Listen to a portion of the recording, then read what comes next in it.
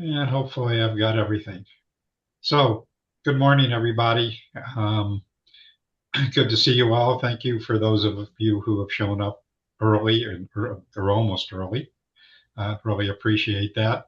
Um, so here's a couple of things about the agenda this morning. As you just may have heard me say, I do not have a presenter scheduled. But I want to do two things. There's a couple of people like Randy and a few others that Randy hasn't been here for a while and want to hear from him. But I want to take this time since we don't have a presenter scheduled, is to just do a little round robin and just people go around and share a little bit about who you are, what you do, and because we have people all the time who join these meetings, and you see them and may know who they are, but don't really know who they are and what they do. So we should do that every once in a while anyway. So today is a good day to make that happen. So with that, I guess I'm going to start with just some quick updates first. Mala, I saw you there. Mala, you got anything that you want to tell us about?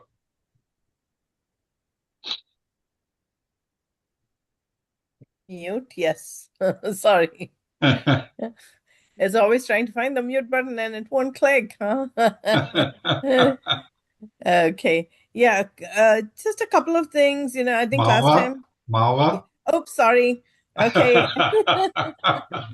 I'm Mala Muralidharan, the state E-rate administrator for public libraries. I also work with ALA's E-rate task force, and we work on taking grassroots level problems to the federal level in order to get some solutions that are mutually beneficial.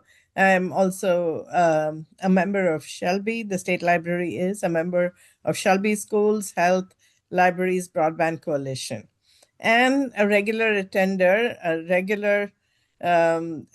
AZBSN, and punish myself by getting up and getting ready to be at this meeting before 8 o'clock. So you don't have your video on, so you don't have to, you can be in your jammies, right? I know I'm not ready for the video. Not ready enough for the video. Yeah.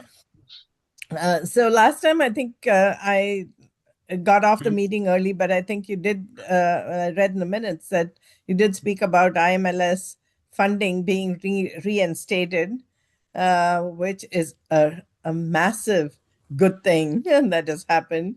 It's a massive win, is what Sam Hemlick, our ALA president, uh, stated.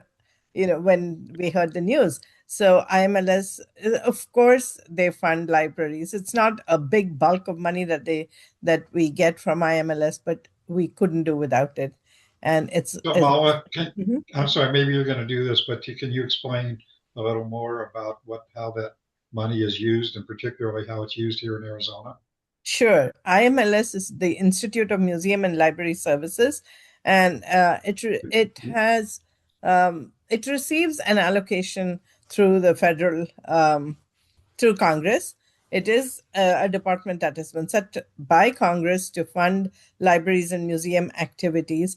And some of the things that, it's not a huge sum that we get from IMLS, usually in the range of 5 to 6 million, sometimes less, sometimes more, give or take a little.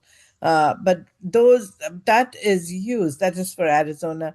But the amount that we get is used for piloting new programs and libraries, for buying statewide services like our databases, our encyclopedias, do it yourself, our literature resources, those kind of things for all of our libraries, newspapers, etc. And they also fund other training that we do for our library staff. Um, we do the summer reading programs with that funding. We also do summer trainings for librarians, for library staff that haven't got an and their masters in library science and those kind of things. And it is mainly all our innovative programs that we do are piloted first through the IMLS LSTA grants. This is there's an annual. There are two parts to it. A part that we use to fund statewide programming, and there is a competitive part of this grant that libraries have to apply for in order to do any of these programs. So we're really, really delighted that that got reinstated. Otherwise, we were living, on edge month to month sometimes on whether this program is going to be funded or not. The other news that I wanted to share with you, of course, it's still in the process of uh, review it. This is the bidding portal for E-rate. It may not affect everyone, but it does affect the applicants as well as the service providers.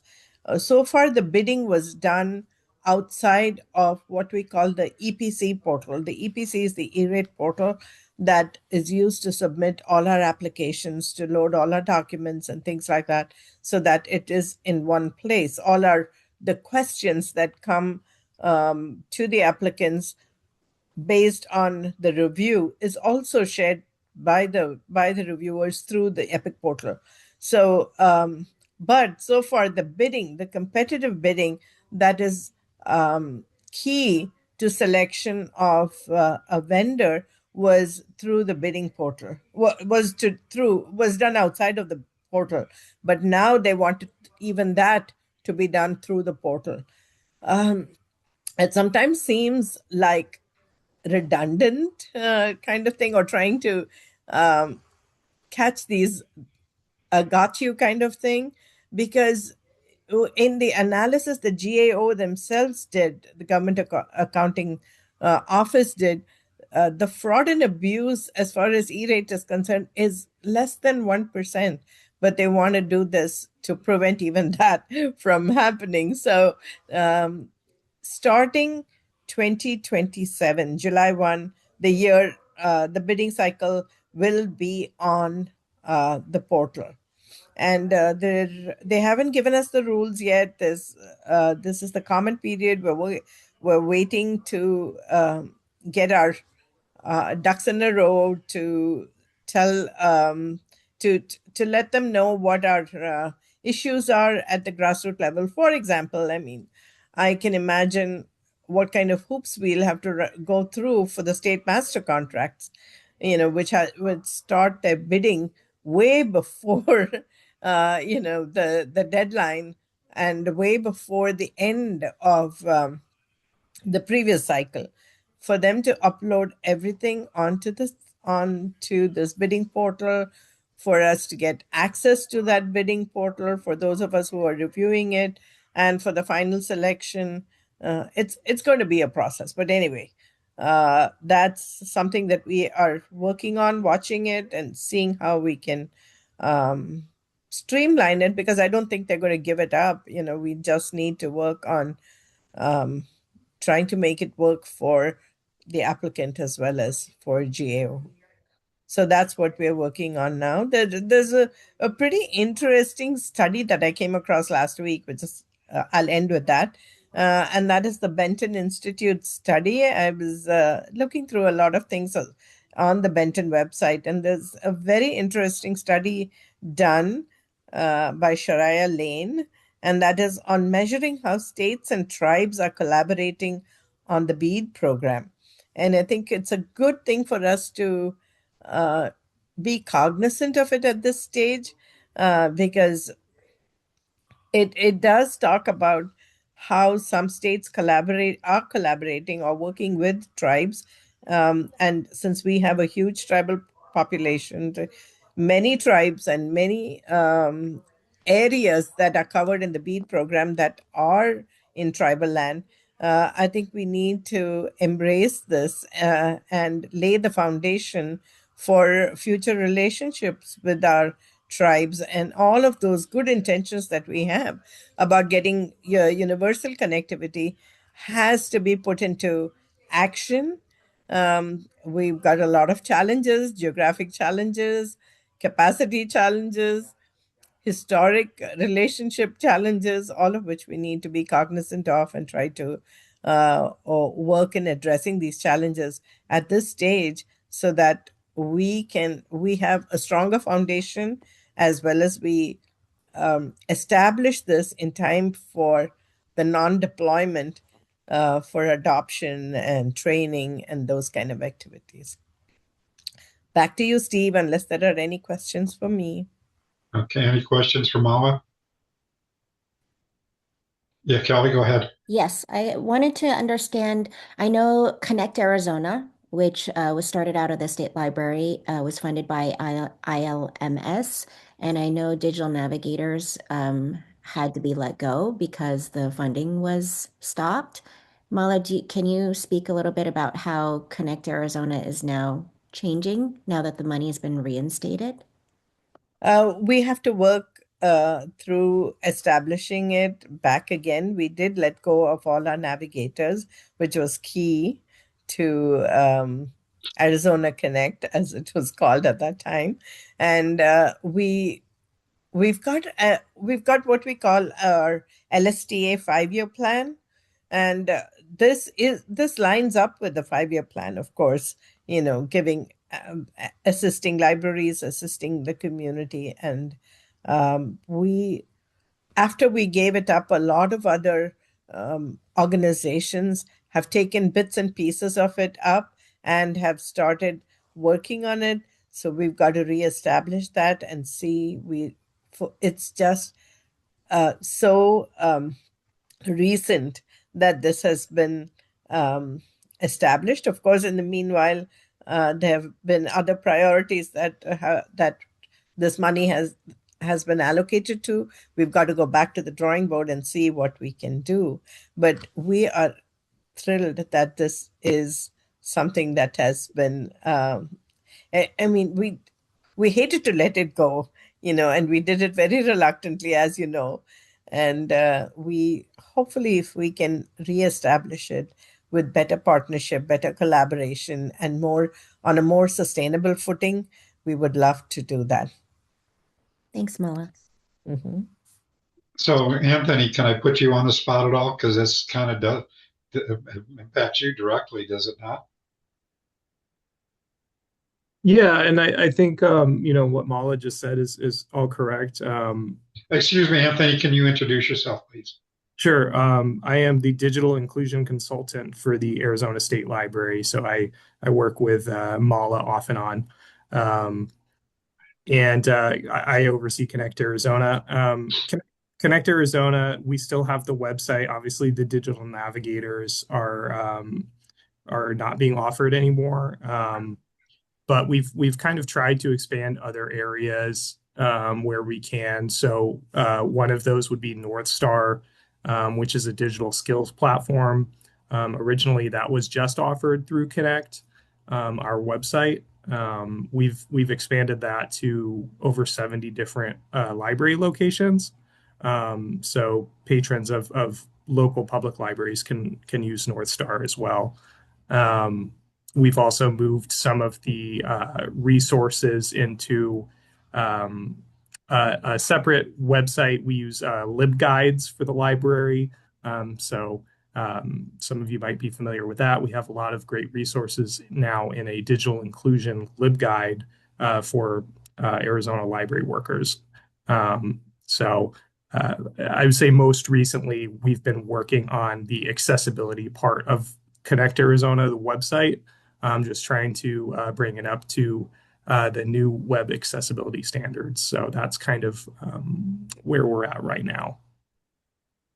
So, Anthony, you want to talk a little bit while you just brought it up about the accessibility standards? I don't know if you want to comment on that or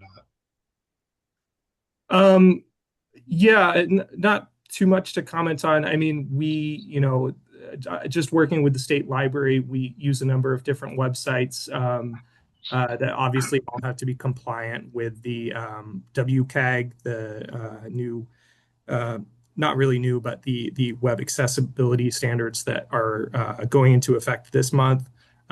So I know the entire state has been kind of working on that. I'm sure, municipalities are also working on that, just making sure that all different aspects of the website are fully compliant and accessible to meet those standards. Are those just for government, or that's private sector too, isn't it? Yeah, I think it kind of depends on the organization, and there's different factors. I couldn't speak to it too much. I've just been working on my own website, but Okay, yeah. thank you. Michelle. Good morning, everybody. Michelle Simon, Director of Pima County's Office of Digital Inclusion. Just because you're talking about the accessibility thing, government entities are required to have the accessibility, be compliant with the accessibility, the online accessibility this month. And most for-profit or other entities are required to be compliant by next year.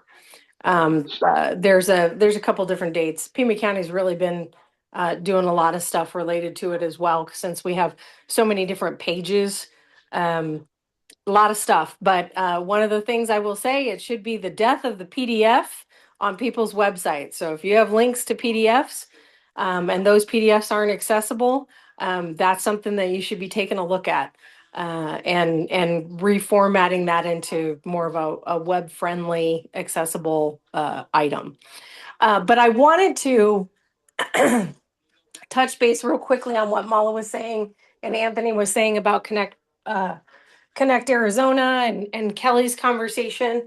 So yesterday, our office had our community advisory board meeting, and we were talking about our new strategic plan and how we could potentially implement technical support. And in the interim, I communicated with Pima County Public Library and told them, since there are no digital navigators at Connect Arizona, you can have them call my office. But that's not a sustainable way to help everyone in the state. So I would really like to throw out there that I would love to talk with anyone who wants to figure out how to do the digital navigators and the telephone support that Connect Arizona was providing. I would love to have that conversation. So thank. Thank you. Go ahead, Aaron. Just throwing the fact that Human IT does offer that on a national level. If there are opportunities for us to talk about collaboration on grants or anything like that, we would love to have that conversation. And I know we're not the only ones, but just throwing that out there, Michelle. And Oats, Jessica at Digital Lift, Oats does have that helpline for older adults, seniors. That's free for them to call, and they do get a real person. Yeah, that's awesome. I think we should be promoting that. I did just actually submit our application for licensing for Oats for Pima County. And so we will definitely heavily be promoting that hotline. Okay. So Michelle, while you're talking, do you want to just talk a little bit? As you know, I'm obviously on the advisory committee and was really blown away with all the stuff you're doing. You want to share a little bit today? Holy cow, nothing like putting me on the spot. So yes, there's always a lot going on in Pima County's Office of Digital Inclusion. What I will say is this: our strategic plan for 2026 through 2030, which had a lot of community input and help from our community advisory board to really get moving, is posted on our website, pima.gov/connect-pima. It is under the Connect Pima section where you can look at the strategic plan and provide any input if you feel like it. I will tell you, it is very much in line with the original state digital equity plan and a continuation of our Connect Pima strategic plan that we created. We have 4 priority areas, of course: broadband infrastructure, digital literacy initiatives, connecting people to devices and tools, but also a co-governance piece. So being very much being much more intentional in how the community engages with us and helps to drive how we address our priorities. So that is number one. Number two, we have a 134-mile broadband fiber optic ring that will be going in the ground here very shortly. NTIA provided us with $30.3 million on that project. We have been working with organizations, ADOT, Bureau of Land Management, Bureau of Reclamation, National Park Service, Bureau of the Interior. I mean, so many things. I've learned so much. But construction is slated to start in the beginning of January. Hallelujah to that. And that will be really impactful for Pima County, as it will provide internet service providers with that backbone that maybe they can't afford to put in, or it would be a cost that they would pass on to community members in their subscriptions.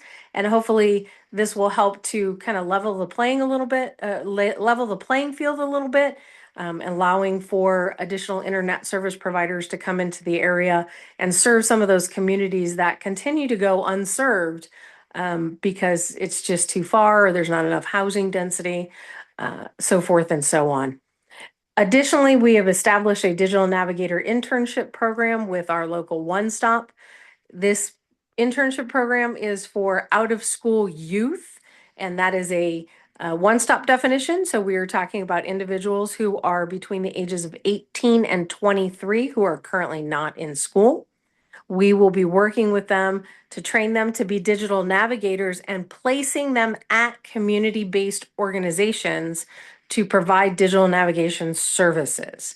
And part of their work will be to implement a train the trainer model. So we're going to teach community-based organizations, their staff, hey, here's how you can incorporate digital navigation services in what you do every day.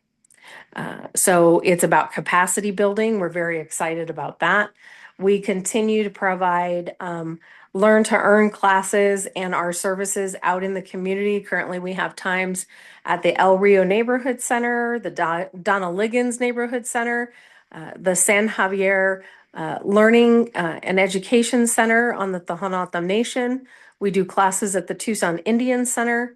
And currently, Jessica Redhouse, one of our community engagement specialists, is working to figure out how we're going to do things on at the Pascua Yaqui tribe, as well as in cells, which is the seat of the Tohono O'odham Nation. So we're very excited about the services that we're providing. I mean, I'm sure I could go on by all the things. On April the 30th, we are going to have a kind of a technical support day. I'm going to call it Tech and Pizza, or Pizza and Tech, whatever you want to call it. And so we are inviting the people who have attended our Learn to Earn classes to come back with their devices to this day. We're going to give them pizza. We're trying to figure out, okay, have you been using your device, or is it a paperweight? If you have been using it, is there anything wrong with it? Helping to make sure that it's still functioning. Also, being able to address that if it's a Chromebook and they've built up enough skills that that computer probably isn't good enough for them anymore. They need something a little bit more advanced. Working to have devices available to them at a low cost. We are working with AZ Strut on that, and also We Care Tucson to kind of implement something. So this is the very first time we're trying it out, but it leads right back to that conversation about the technical support and what does that look like, because that is something that is very necessary and that we need to kind of try to figure out for Pima County. And yeah, I'll stop there because I mean there's more stuff, but I can't put it all together right at this moment. So thank you for that opportunity, Steve. Thank you, Michelle. So obviously I'm biased because I'm here in Tucson and also sit on Michelle's advisory committee. But I think, well, it's not just me. I mean, she's been getting a lot of recognition all over the state, NDIA and all kinds of folks who have been acknowledging the work that she's doing here in Pima County. So I've always said that she's just awesome about the work that they're doing, and a great example of the kinds of things that a county can do. So thank you, Michelle, for all your work. Appreciate that. So I'm going to circle back for a couple of minutes. That there's a couple of people. Dean, are you still there? Where'd you go? Oh, did he leave? Okay. Um, so Jerry Crow, we haven't seen you in I don't know how many years, and so when I say hello, Jerry. Sure. I try to get to these meetings when I can because so much valuable information is disseminated in these meetings. So that's, I didn't know whether you noticed me or not, Steve. No big deal. You're right, but I it's been a while.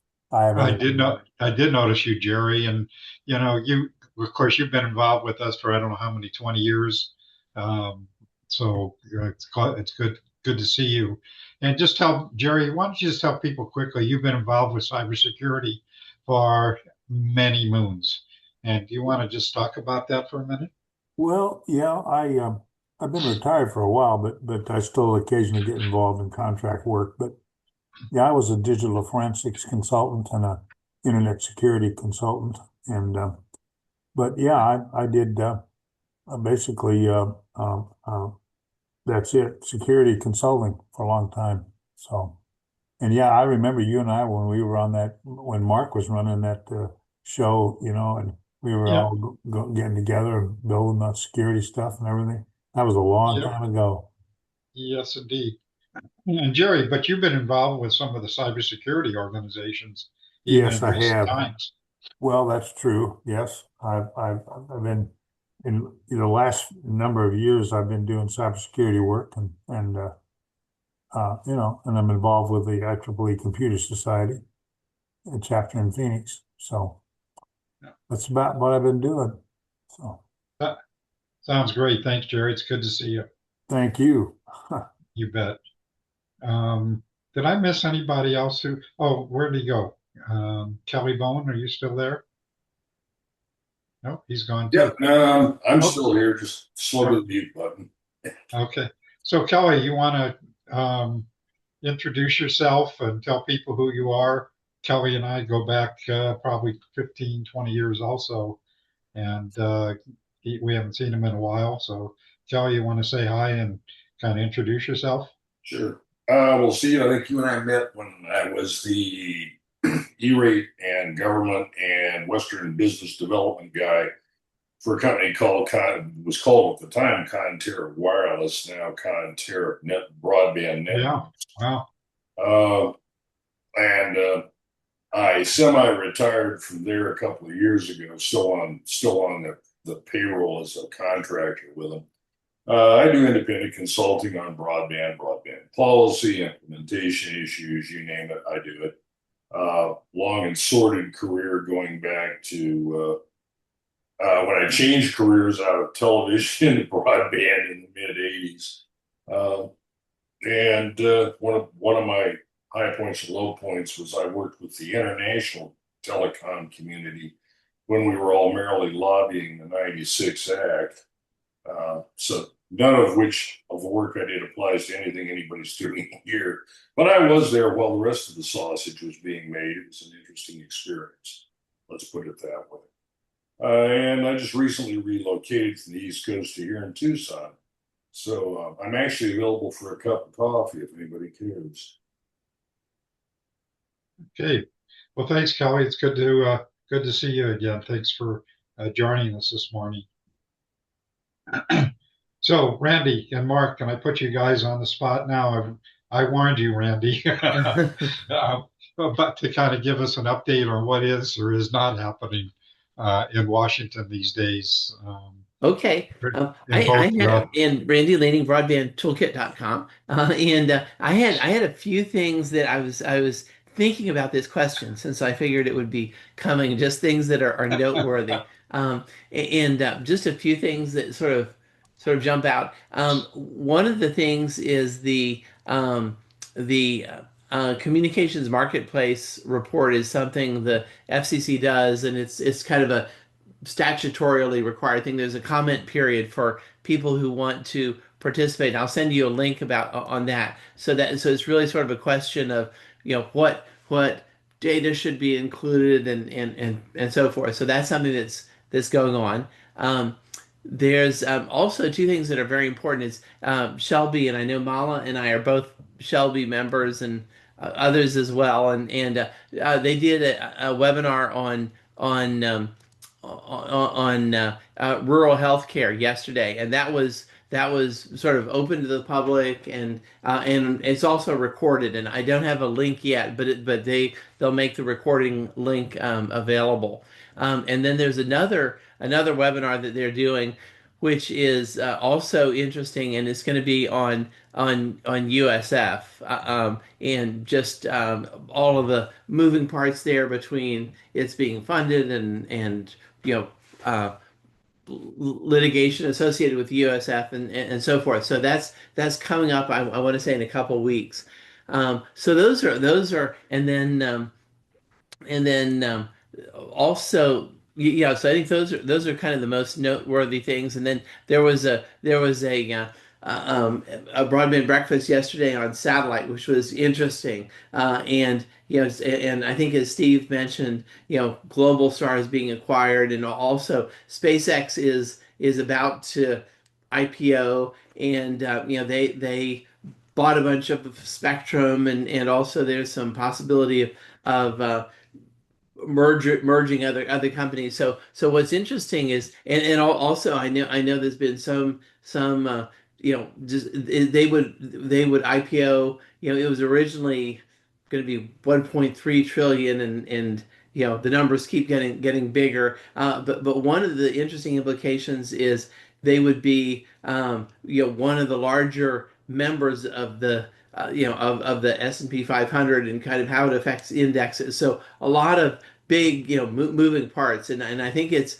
an interesting milestone because you know there's a dynamic between satellite and fiber, but also just in areas outside of fixed broadband, is generating so much revenue that it's just consequential on a lot of other fronts, and also some discussion there. The topic of sort of data centers in space continues to be um, part of that discussion, and there was some a little bit of discussion yesterday in broadband breakfast on launch cost, and also what I think is the most significant things is sort of liberalization of rules between mobile satellite service and fixed, and that may greatly increase performance of the mobile satellite segment. And then also I think, Steve, as you mentioned, Amazon has acquiring Globalstar, and so what I think is interesting is there's a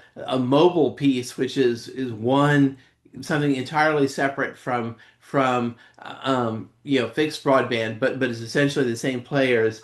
And then, of course, what we all care about a lot and follow is what's happening on the fixed broadband front. So anyway, those were just a bunch of things that are have been popping up on the radar screen that I've noticed. Thanks, thanks, Randy. Mark, do you have anything you want to add? Sure, and I may share a couple of slides on space stuff if you don't mind as well while we're talking. Okay.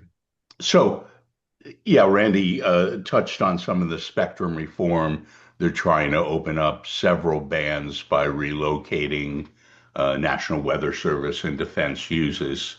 They've opened a proceeding for, and they literally use the word weird space stuff for some spectrum for kind of more embedded uses, onboard fueling, sharing of information about objects moving to you.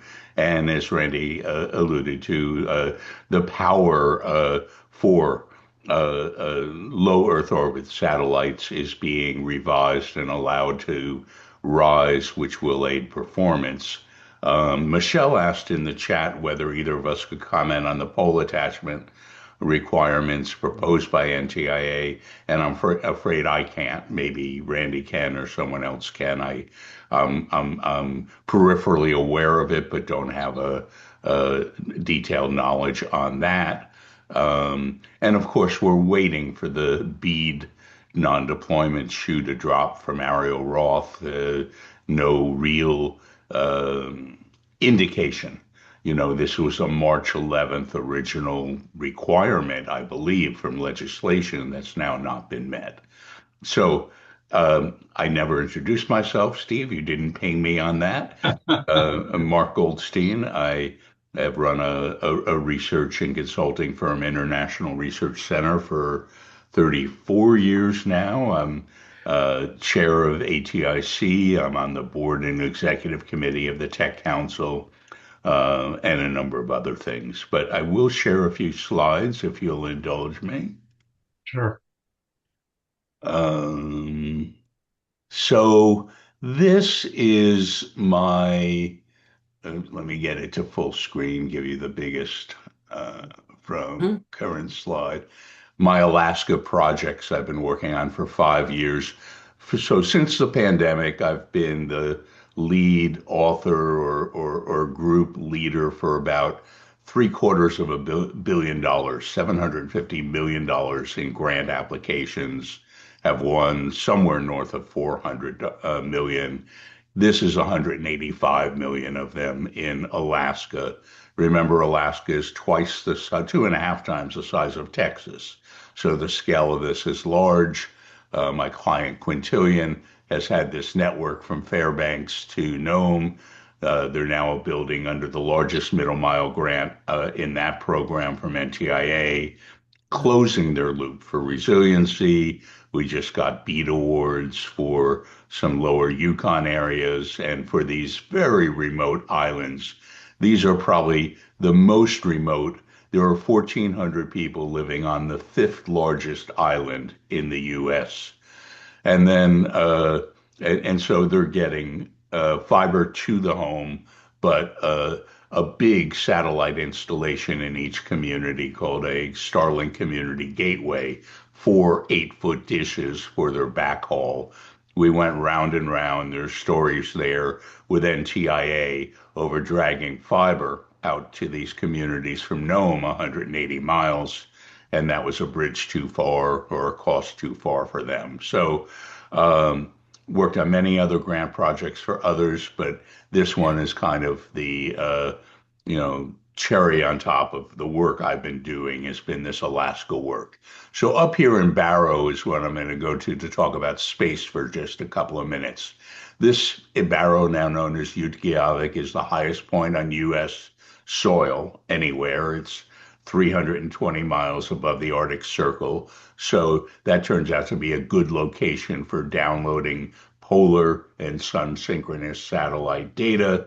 We're building a facility and expanding it there that someday may look like this, right? Dozens and dozens of dishes under radomes to receive satellite data from that boutique location, that niche and important location. There's a lot of concerns for players to keep their data what we call sovereign these days, and that may be different nations.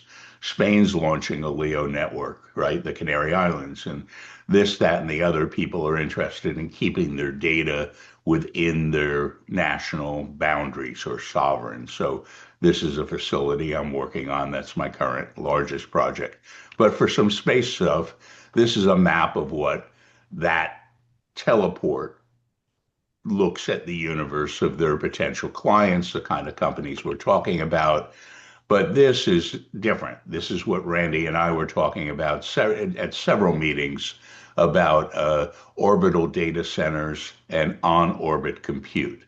I've put a white paper in the chat that you can access that has some, but not all of these graphics. I'm working on the next version of this. But this is a world of, there's been announcements.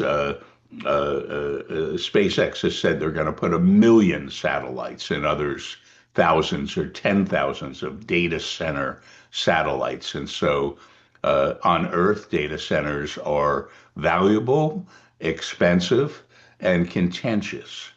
In space, they would be valuable and expensive, but perhaps not so contentious in terms of land use, power, community impact, water, all those other things. So there is a movement, very strong in terms of investment capital and company plans. Steve, down in your Tucson market, Phantom Space, Jim Cantrell is one of the players in this space. He's been building his own rockets. He helped Elon Musk get started with rockets. And he has an initiative called Space Cloud, which is a space data center play of his own. So it's this is a new graphic. I've been playing with ChatGPT fairly successfully in getting some rich graphics with low, work hours to put into them. This is one where I'm going to use to anchor a discussion of the advantages and disadvantages of space versus terrestrial orbits or orbital data centers.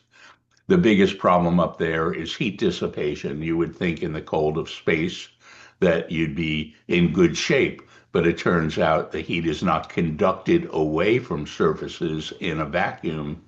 And so it's really as big, but a different problem in space than it is on Earth, getting rid of all the heat. And so I'm in the white paper I just published. I'm now working on a new section that will go through the heat, the physics, and what has to happen. One of the more interesting plays, for example, a company called Sophia Space is putting NVIDIA GPUs and AI chips on the back of the solar panels and making the solar panels the radiator rather than moving power to the chips and then dissipating it from it. They're doing an integrated play. And so there are all sorts of innovations that this is driving in that equation.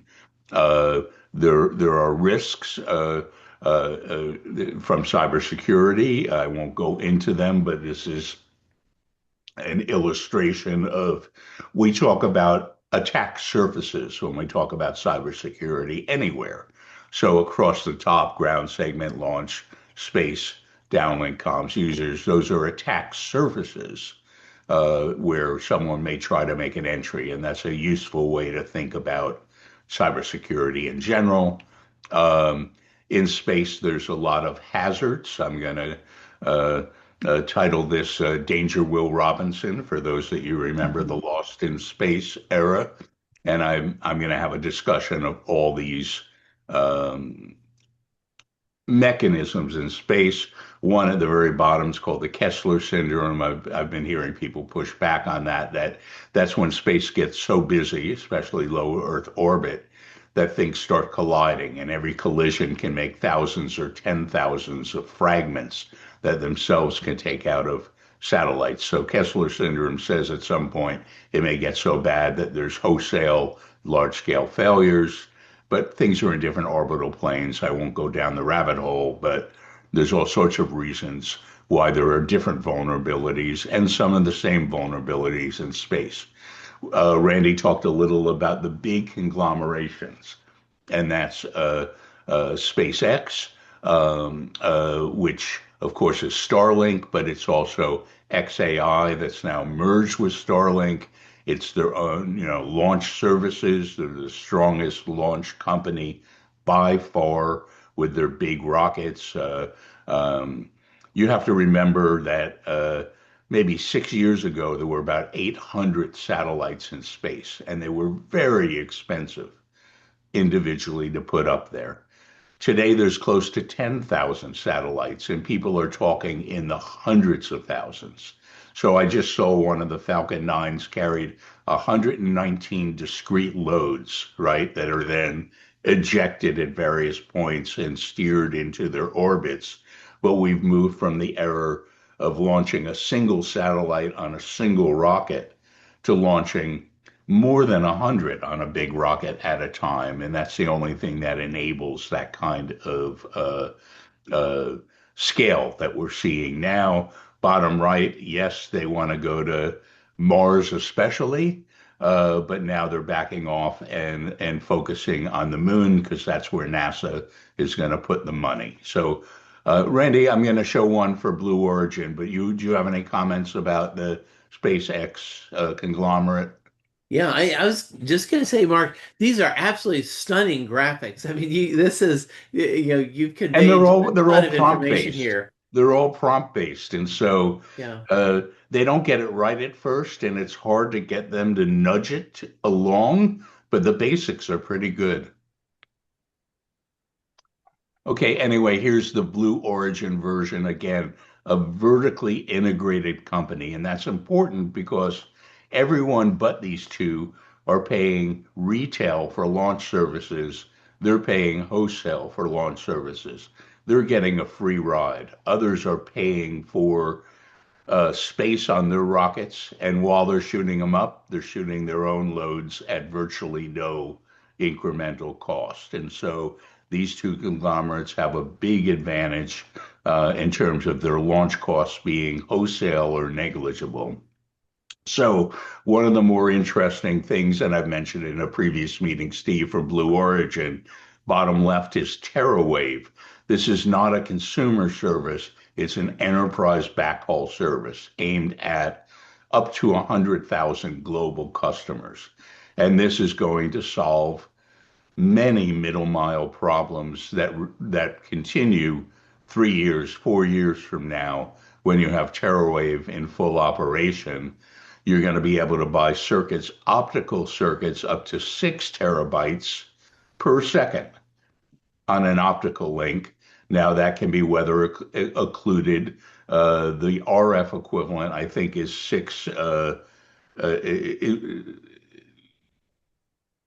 I think it's 6 terabytes uh, RF and 144 terabytes, sorry, optical. So they'll be in the bandwidth backhaul market, just like other fiber players.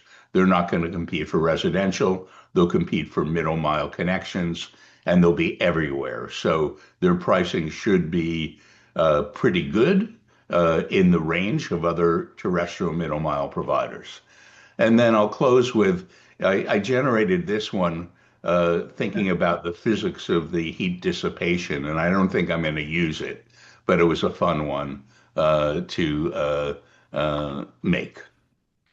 So, um, Mark, glad to the field graphic. any questions. Yeah, We're not seeing your graphic, by the way. thank you. They are coming out well, and I'm enjoying it now. I pay for a Chat GPT, and I run the 5.4 thinking model, but I imagine you can do pretty well on other. Now, Claude is terrible. It does not do graphics like this. Claude has its uses, its value, coding, other kinds of research, but I definitely don't recommend Claude to try to do any of that.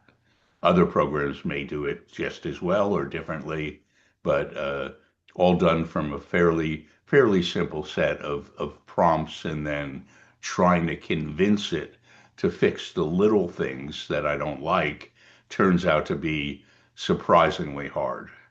Even getting it to fix misspellings and other things, it's annoying.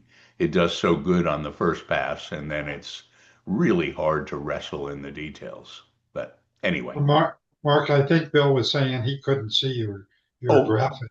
he couldn't. Did others see the screen share? Yeah, it Yes. was fine. So, Bill, download the white paper. About half of them, it's in the chat as a PDF or a link. About half of them are in that white paper. Yeah. The other half will be in the new version I'm working on Mark, I tried to pick that paper up if it's the same one we're talking about, and I got the URL expired.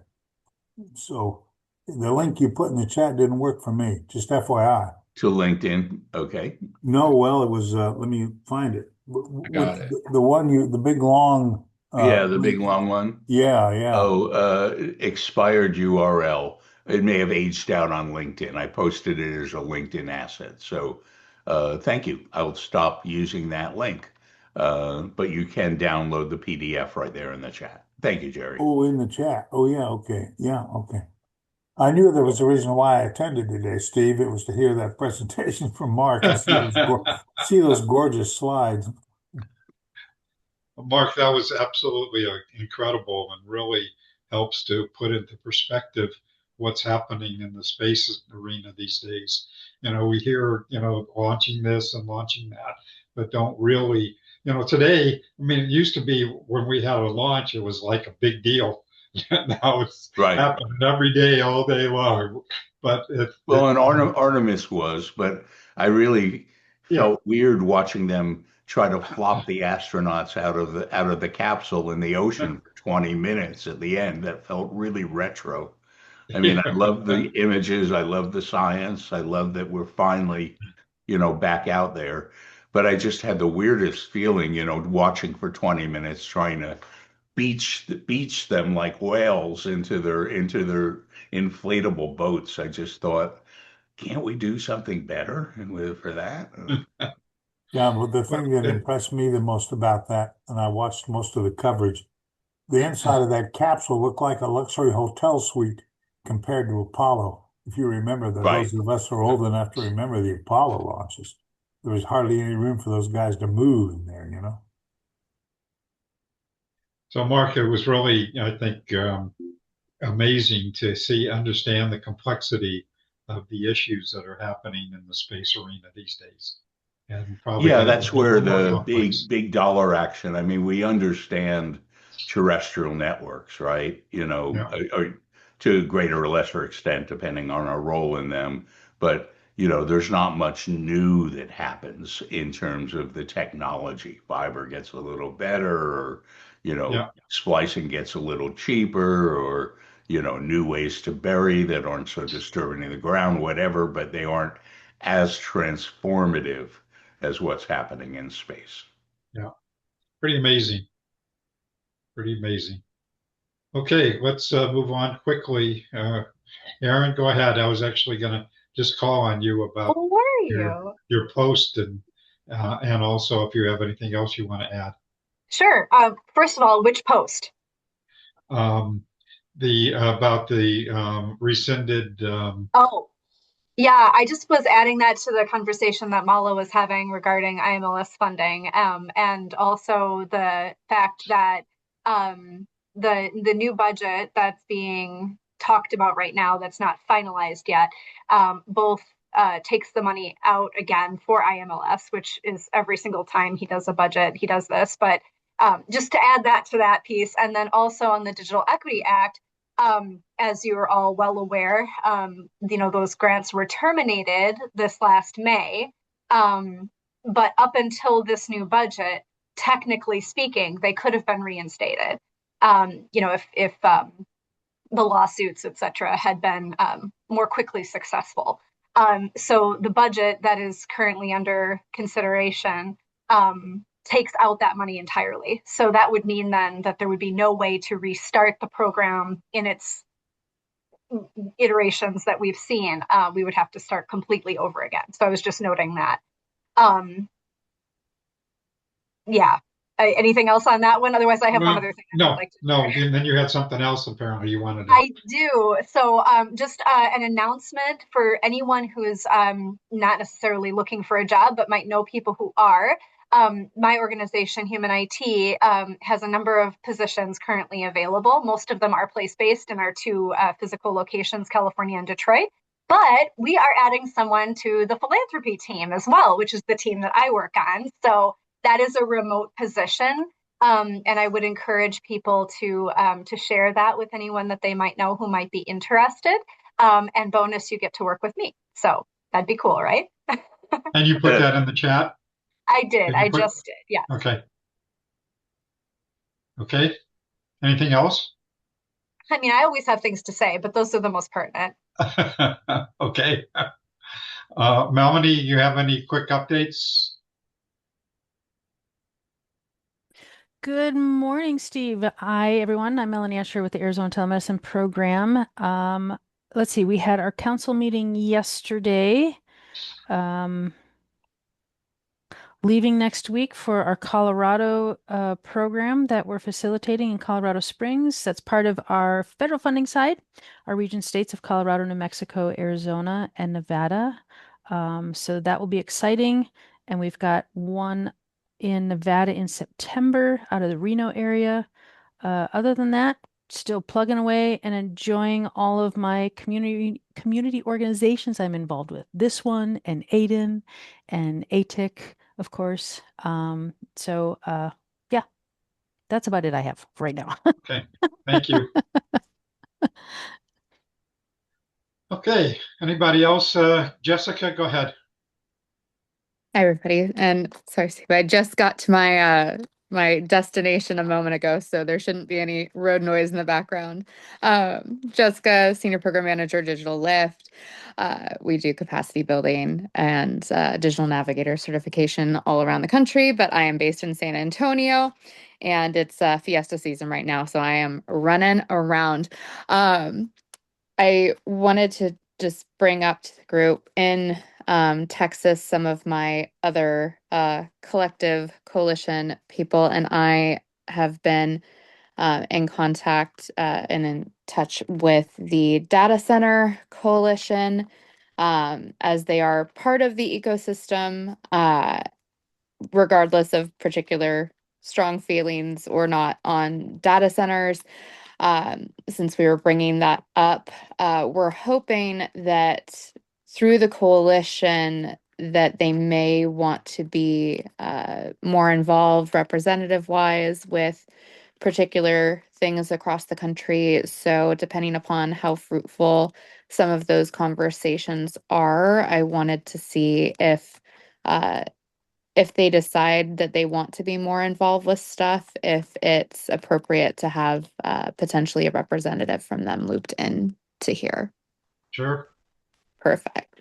But yes, so just wanted to bring that up, make sure that was kosher. And then I will share some of the warm fuzzies. I have quite a few friends that have worked on the Artemis project at NASA and then with some of the contractors, and they're very relieved everybody is back on the ground and they can take a little break.